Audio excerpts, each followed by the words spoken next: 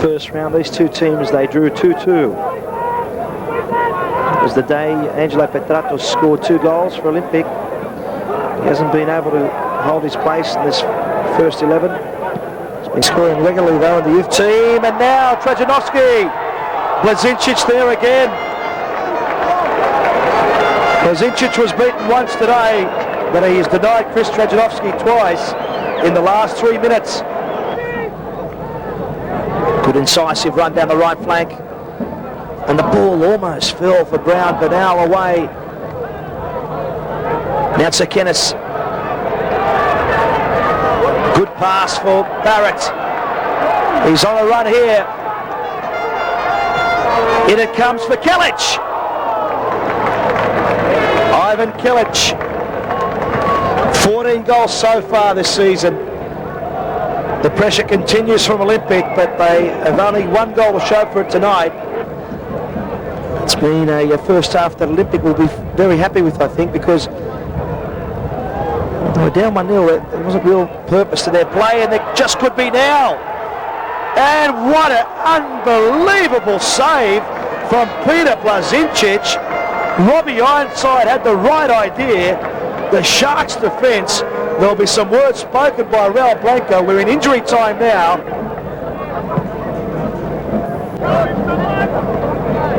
It goes Hanyotis. Great work between Slivkas and Lazaridis. Brown. Dispossessed by Kelic.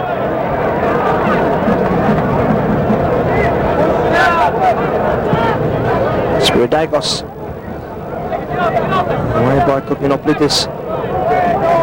Kelic. The touch for Barrett. In comes the cross and away from Trajanovski. But not Matsilas. It was blocked by Milosevic. The layoff for Maloney and the goal!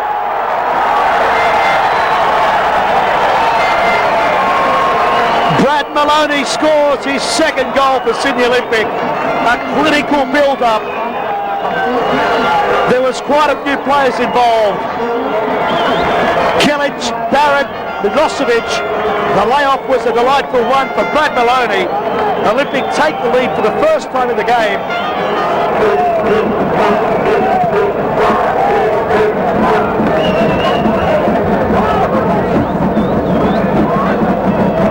The goal scorer. And Maloney pushed by Hanyotis. He'll be booked. There was no need to be involved there, really. George Hanyotis is fired up for this game against his old club.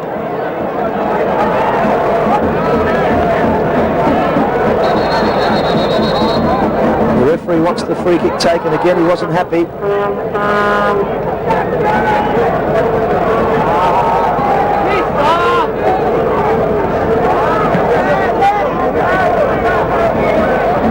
Referee Derek Crawford just having a few words to Ivan Kelic. Maybe Ivan has said a few too many words in response to that challenge. I think the free kick will be taken again.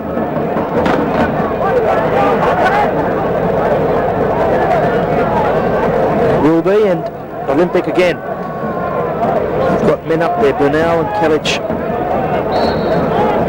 waiting at the back post. Goes Hanyotis. And the shot hitting the bar. Maloney denied by the woodwork.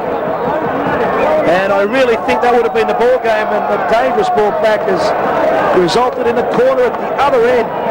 We've had some drama in the second half. Maloney, who put Olympic ahead, and has hit the woodwork. Soros. Is that a good game defensively?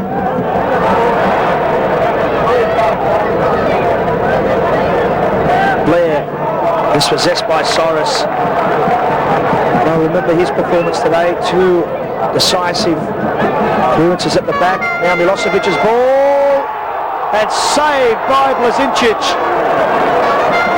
It's on again for Bernal, and away by Cerro. Blazincic keeps his team alive.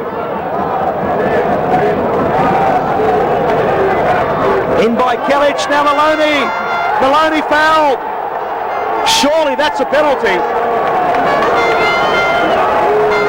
Well, my first impressions were that the referee was going to point to the spot. Maloney looked like he was taken. And that is a lucky escape again for the Sharks. Slivkas. Simo's kept the run going. He's free at the moment. He goes straight to Barrett. Trajanovski. Tomei's onside. Trajanovski's free in the middle if he can get it across. There's a great ball. Trajanovski blocked by Blazincic. And he clears it away as Kellich comes through.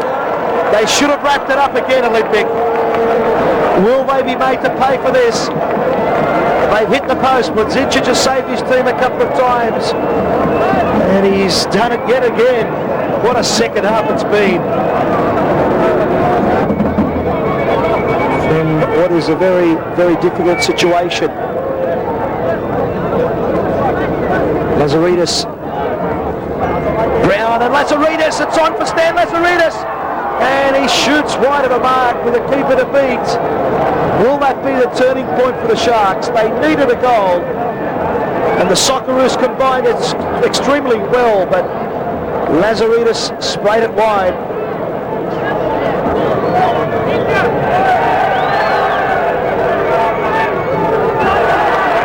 Here comes Tomei. And notice he'll be sent off. The second yellow, and he's gone. He was booked earlier. It's a red card.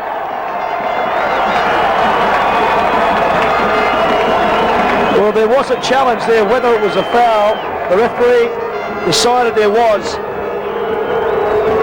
Milosevic, Spiridakos, being chased by Cardozo. And here comes Tomei. He's got Kellich square. He's gone himself. He should have given it to Kellich. Maloney, and blocked on the line by Hooker. Tomei so desperate to score when he should have played it inside.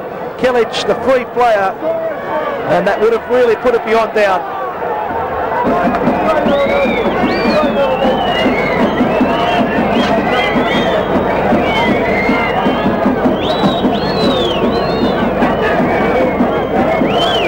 Up goes Cooking up with this. Maloney on for Tomei. Kellich wants it. Now Maloney and the goal. The deserved goal for Brad Maloney. 3-1, a minute and a half into injury time.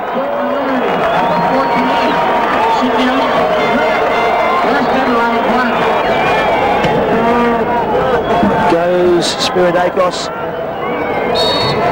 And it's all over.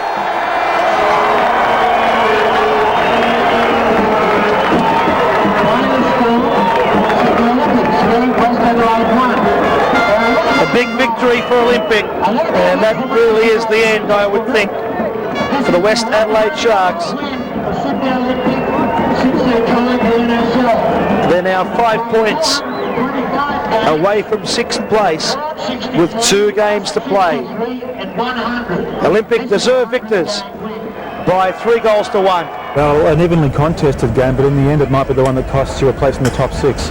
Yeah, well, that's football. I think that I thought the team played quite well. Obviously, it was an open game. There were some good chances Olympic have, and we have some good chances ourselves. It means that's the way football is. We lost. Mathematically, still can be done. We have to make sure that we win the last 2 matches and hope that somebody will break down. Yeah, well, the first 20 minutes I thought they were on top of us. Maybe we were feeling the pressure a bit from the results that came through earlier on today. But I think after the first 20 minutes we sort of took control, and it was, I think, never in doubt that eventually we were going to win. We just, before this sort of Tommy Samani era, we had problems sort of getting goals and conceding a lot, and now everything seems to be sort of falling into place towards the end. Andrew Bernal, yes, one of Olympics' best performances of the season, timing everything right. A tough one still to come, though, away to South Melbourne at Middle Park next Sunday. Our next match of the day, by the way. And don't forget the Football Expo being held in Melbourne next weekend. It's at Punt Road Oval in Richmond. Some of our top players, including Paul Wade, Paul Trimboli and Andrew Marth, will be there. Andy Pascalidis and I will show up on Saturday, apropos not of top players. Be sure to come down and say hello. Now details of how you can win some top sporting gear. Each week, Soccer on Monday is giving you the chance to win 6 great sports packs from Lotto. Each pack contains a shirt, bag and soccer boots. All you have to do is watch Soccer on Monday with Les Murray and Johnny Warren and listen for details on how to win. And today's question, who is the current captain of the Young Socceroos, away in Europe of course at the moment, and with the answer ring 0055 60205. Let's look back then on the league weekend, and here are the results. Again, a healthy goal average and a couple of big upsets. Morwell beating Marconi away, the bigger of them. Ivan Kelic and Carl Veert both scored, so Mark Viduka's top scoring honour is under threat.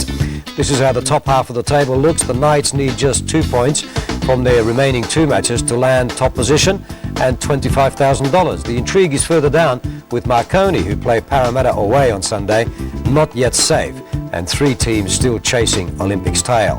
They are Morwell, Brisbane and West Adelaide, all of whom on paper should win their matches next weekend. The fascination will continue. Parramatta are now out, and we may have to wait till the last round before knowing who will finish with the wooden spoon. Sydney Olympic had the best attendance of the weekend, but a long way from the 10,000 some predicted. That's more likely next week at Middle Park. On the blacklist, that's after the previous week's round, Sydney Olympic have been slipping, and Adelaide City have finally caught them and must now be favourite for the Fair Play Award. Marconi, picking up 3 yellow cards, have slipped 2 places, but the dubious honour of finishing bottom looks firmly in the grip of Parramatta. The antics of some of their players off the field yesterday won't win them any fans either. And Robbie Wheatley rejoins us just on that little incident which was full of the papers today on the Qantas plane yesterday. The Parramatta players playing a very bad joke, it seems. Robbie, what does that do to the image of a club? Because I know clubs are very conscious of their images.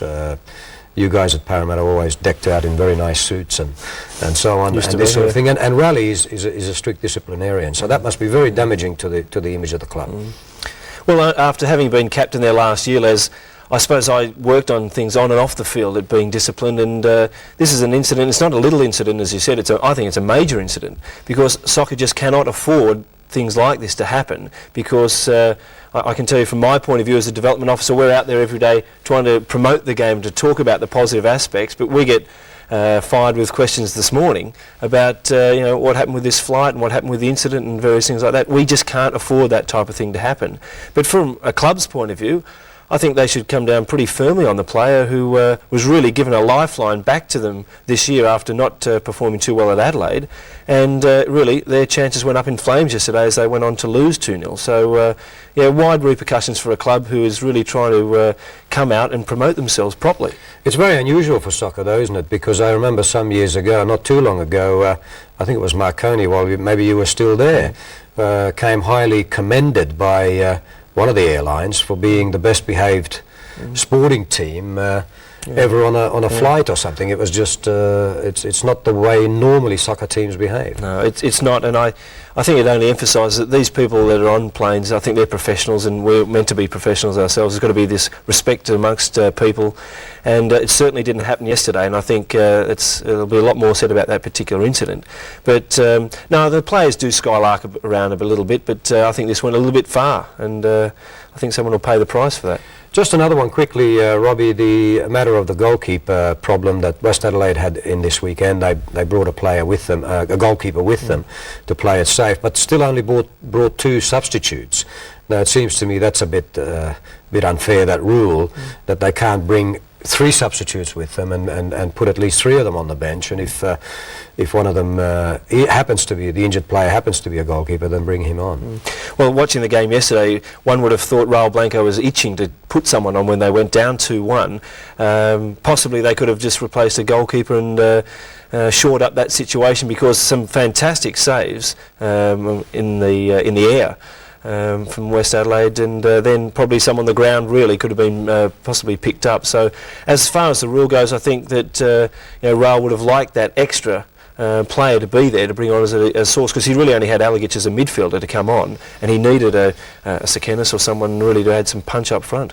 Of course, there is a universal rule coming in which FIFA has authorised or approved just recently, which will come in just before the World Cup, that substitutions will include one goalkeeper on top of the two outfield players as well, which is I think good news for everybody. Yeah. Well, there's no secret that the goalkeeper is becoming a lot more prominent in with the back pass rule and his role in the game. So if they're going to get injured, I think they've got to have someone there available to jump in his spot. Too many times I've been in a situation where a goalkeeper's been injured or been sent off, and a field player comes in, and some of the goalkeepers we've had as replacements, you might as well write the game off. So well, it's not fair to the spectators, is it? Really? No, not really. I think. John Markowski will remember us going down in Marconi days. We lost 6-0 after Bobby Catlin was off in the first minute. So I don't forget that game too quickly either. Yeah. So it's not fair to those that pay their hard-earned dollar to do the game. We've got this professional foul problem too now, so so it becomes doubly important. Robbie, thanks for joining us today. We'll be seeing you again next Monday. Thanks a lot. World News is next. More soccer in that, and tomorrow night at 7:30, Mike Tomalaris with a full overview of the CCSL weekend on Goal. Till then, good night.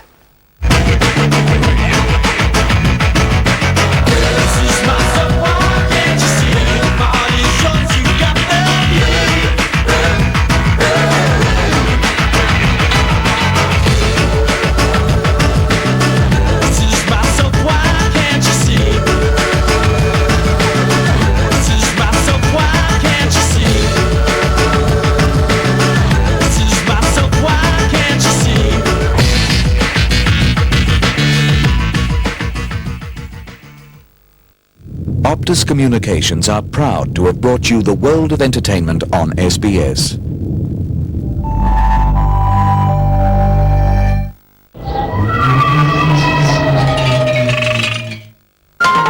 Next on SBS, World News with Mary Kostakidis.